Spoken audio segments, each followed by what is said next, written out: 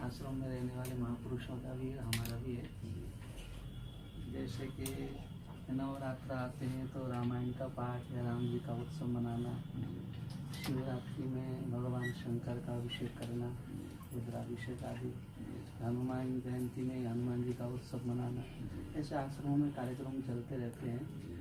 तो हमारे जो गुरु परंपरा का जो गुरु मंत्र है वो प्रिया प्रीतम का है।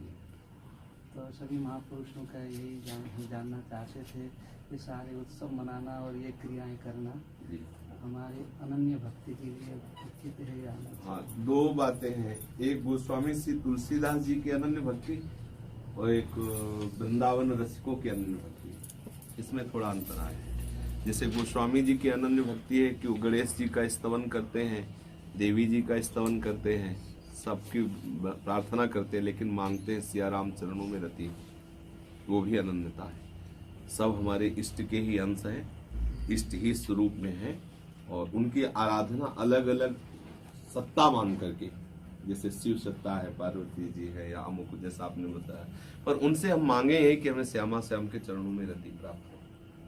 तो एक ये अनन्यता हो गई, और एक ये अनन्यता हो गई कि रसना कटो जो अन्न रटो, निरख अन्न फुटो नयन, श्रवण फुटो जो अन्न सुनो, बिन राधा जस नयन। जहाँ हमारी श्री राधा किशोरी जो नहीं, वहाँ हम किसी भी तरह से सम्मिलित नहीं हो सकते।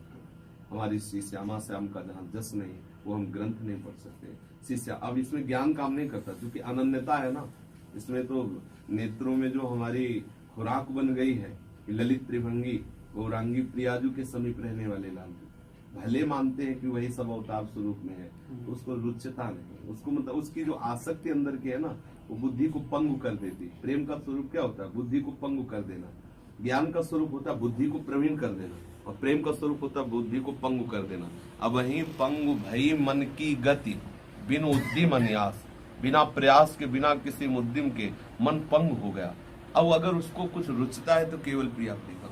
बढ़ो आनंद मोद सबके, महाप्रेम सुरंग रंगी, और न कछु सुहाय तिनको, जुगल सेवा सुख पगी। ना हम तिथि जानते हैं, ना हम वार जानते हैं, ना हम अन्य कोई अवतार जानते हैं, ना अन्य कोई रूप जानते हैं, ना कोई नाम जानते हैं, और जो जानते हुए वो विस्मरण हो जाए। एकमात्र श्यामा श्याम का स्मरण, श्यामा श्याम के आठों पैर सेवा, श्यामा श्याम के चिंतन में मगन रहना। अगर दूसरा कान में नाम सुनाई दे तो कान फूट जाए, दूसरा रूप दिखाई दे तो नेत्र फूट जाए, दूसरी जबान से बात निकले तो जबान कट जाए। ये एक अनन्यता है। और एक अनन्यता गोस्वामी तुलसीदास जी, वैसे इशारे से दोनों अनन्यताओं का वर्णन उन्होंने कहा है। बने तो रघुवर ते बने, बिगड़े तो भरपूर, तुलसी औरन ते बने, ता बने पे धूर। पर विनय पत्रिका जी में सबकी वंदना की, गंगा जी की, यमुना जी की, शंकर जी की, हनुमान जी की, देवी जी की, सबकी वंदना करके यही मांगा है कि मुझे राम चरणों में रति हो, सिया राम के चरणों में प्रेम हो। तो ऐसे हम रामचरितमानस पढ़ करके, हनुमान जयंती मना करके, नौ दुर्गा रह करके हम यही मांगे कि हमें श्यामा श्याम के चरणों में प्रेम हो। तो एक ये अनन्यता का स्वरूप, और एक ये अनन्यता का स्वरूप है कि रसना कटो जो अन्न रटो, निरख अन्न फुटो नयन, श्रवण फुटो जो अन्न सुनो, बिन राधा जस नयन। अब ये अनन्यता जब आएगी तो वो रुचेगी नहीं। देखो, एक बार हमारे महाप्रभु हरिवंश चंद्र जी के शिष्य श्री विठल दास जी, महाप्रभु हरिवंश चंद्र जी की अद्भुत कृपा, क्योंकि बहुत अनन्य, उन्होंने नियम ले रखा था कि गुरु का चरणामृत, गुरु का उच्छिष्टामृत और गुरु के दर्शन के बिना जो दिन जाएगा वो हमारा जीवन का दिन नहीं होगा।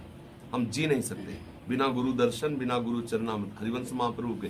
तो अब चूंकि बाहर उनको राजकाज में जाना था, तो इसलिए महाप्रभु की छवि रखते और घोड़ों के द्वारा आदमी भेजते, और सुबह का शाम का सुबह उच्छिष्टामृत और चरणामृत मिलता। तब पूर्ण अनन्य श्री जी के।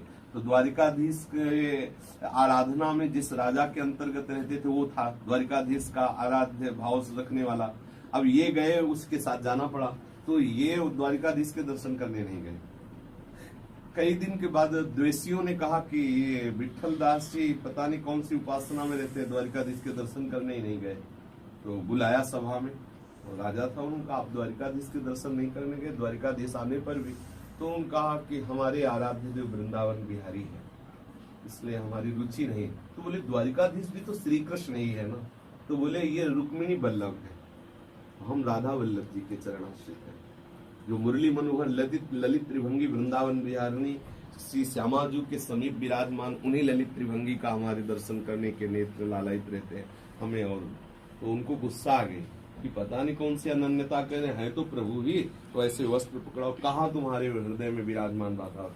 जी ऐसे किया तो बस श्री हरिवंश सबको दिखाई दिया सभा में कि हृदय पूरा वृंदावन स्वरूप प्रकाशित हो गया। और देखा लता के नीचे श्री प्रिया प्रीतम विराज उनके हृदय से ही ये दृश्य दिखाई, सात चरणों में गिर पड़े। रसिक आनंद माल में उनकी कथा भी है। और आता है और भक्तों के लिए कि जगन्नाथ जी भी गए तो प्रसाद दिया, तो उनका हमारी प्रिया जो नहीं पास में है, सुभद्रा जो, बलराम जो, हम तो प्रिया जो की जूठन पाने वाले हैं। मतलब एक ये इस चरम कोटि की अनन्यता।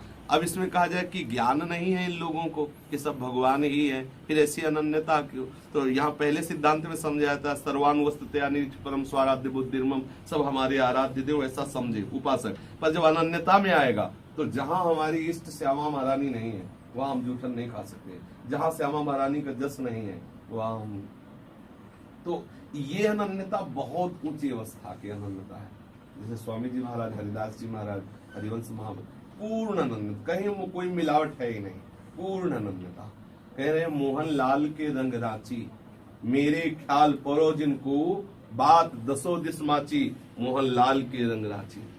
हरिवंश महाप्रभु कह रहे इसमें दो भाव होते हैं। पहला है मैं मोहन लाल के रंग में रंगी हुई हूँ, मेरे ख्याल में मत पड़ो, दसों दिशाओं में बात पक्की है कि मैं मोहन लाल के रंग में रंगी हूँ। दूसरा इसका भाव कि मैं मोहन लाल जिस रंग में रंगे हुए हैं, किसमें? प्रिया रंग में, मैं उस रंग में रंगी हुई हूँ। दसों दिशाओं में बात पक्की है कि मैं राधाचरण प्रधान हूँ। मोहन लाल के रंग राची, मेरे ख्याल परो जिनको बात दसो दिस माची, मोहन लाल के रंग।